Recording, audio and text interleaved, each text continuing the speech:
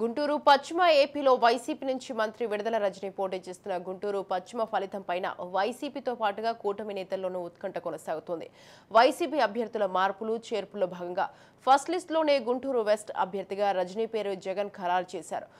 పొరుగునే ఉన్న చిలుకలూరుపేట నుంచి తొలిసారిగా ఎమ్మెల్యేగా గెలిచి మంత్రి పదవి దక్కించుకున్నారు రజని. అయితే ఈసారి చిలుకలూరుపేటలో ఆమె గెలిచే పరిస్థితులు లేవని సర్వేలు తేల్చడంతో జగన్ ఆమెను గుంటూరు వెస్ట్ కి షిఫ్ట్ చేశారు. ఇక వైసీపీ గుంటూరు వెస్ట్ లో ఎంతవరకు గెలవలేదు.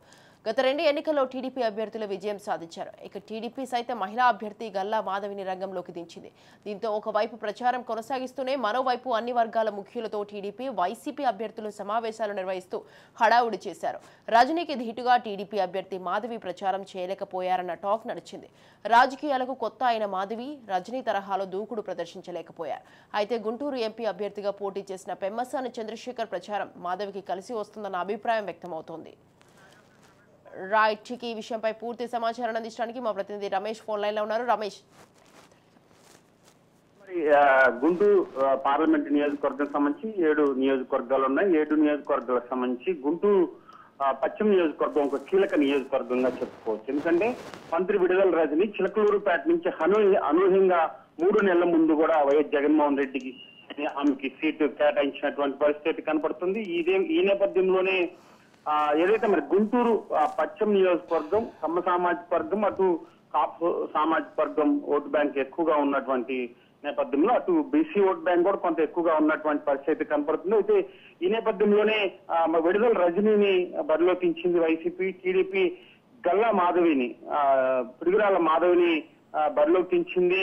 ఏదైతే మరి వారి భర్త కమ్మ సామాజిక వర్గం అయినటువంటి నేపథ్యంలో అటు కమ్మ సామాజిక వర్గం, ఇటు బీసీ సామాజిక వర్గం ఓట్ బ్యాంకు కలిసి వచ్చే విధంగా కూడా మరి అటు టీడీపీ అడుగులు వేసినటువంటి పరిస్థితి కనపడుతుంది. గత ఎన్నికల్లో చూసుకుంటే 2019 ఎన్నికలు చూసుకుంటే జగన్ గాలి రాష్ట్రంలో ఆ విధంగా వీస్తున్నటువంటి సమయంలో కూడా అక్కడ టీడీపీ గెలిచినటువంటి సందర్భాల్లోనే అక్కడ మద్దాలగిరి 4,000 ఓట్ల మెజార్టీతో కూడా గెలిపినటువంటి పరిస్థితి కనపడుతుంది. అయితే ఈ నేపథ్యంలోనే ఖచ్చితంగా అది గెలిచే సీటు కాబట్టి మరి మాధవికి అవకాశం కల్పించారు. ఎందుకంటే మహిళా అభ్యర్థిగా వైసీపీ విడుదల రజనీని బరిలో దించినటువంటి నేపథ్యంలో చాలా రూమర్స్ వచ్చినటువంటి పరిస్థితి, ఎవరికి సీటు కేటాయిస్తారనే నేపథ్యంలో కూడా మరి మొన్న ఎన్నికల్లో 2024 ఎన్నికల్లో కూడా మరి విస్తృతంగా ప్రచారం చేసింది విడుదల రజని.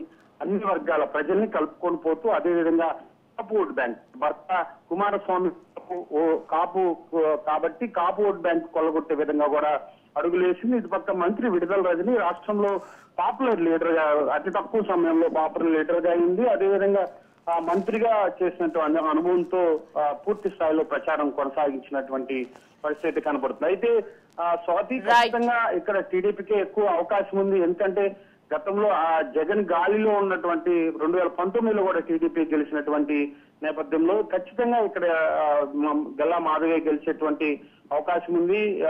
పూర్తిగా మరి విడుదల రజని ప్రచారం చేసినప్పటికీ అటు ఓట్ బ్యాంక్ గత ఎన్నికల్లో జనసేన విడిగా పోటీ చేసినటువంటి సమయంలో 27,000 ఓట్ బ్యాంకు వచ్చినటువంటి పరిస్థితి కనపడుతుంది. ఇప్పుడు కూటమిలో ఉన్నటువంటి నేపథ్యంలో ఆ ఓటు బ్యాంకు కూడా కలిసి వచ్చేటువంటి అవకాశం అయితే ఖచ్చితంగా కనబడుతుంది. గల్లా మాధవికి ఎక్కువగా అవకాశాలు ఉంది. సర్వేలు కూడా గల్లా మాధవికి ఇస్తున్నటువంటి పరిస్థితి. ఒక పక్క రాజధాని ఎఫెక్ట్ కూడా పడేటువంటి అవకాశం అయితే ఖచ్చితంగా కనపడుతుంది. Right, thank you Ramesh, thanks for the details.